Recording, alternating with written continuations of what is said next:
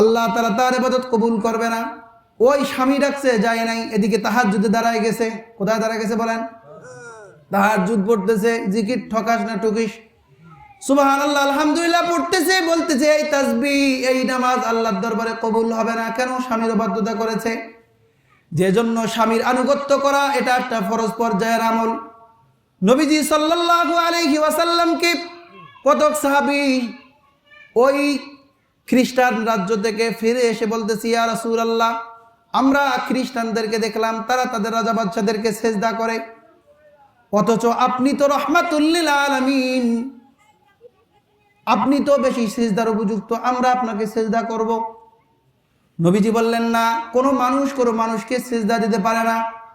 তবে হ্যাঁ, যে কোনো মানুষ যদি কোনো মানুষকে সিজদা করার উপযুক্ত হতো, লা আমারতুল মারআতা আন তাসজুদা যাওজাহা, যে আমি মহিলাদেরকে নির্দেশ দিতাম তারা যেন তার স্বামীকে সিজদা করে।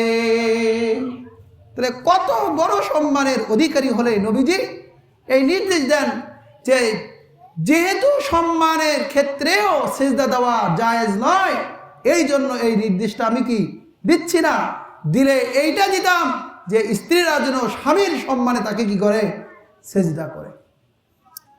এরকম আরো বহু বর্ণনা রয়েছে যে স্বামীর সম্মানার্থে যে মহিলাদের কি করণীয়। সম্মানিত হাজিরিন,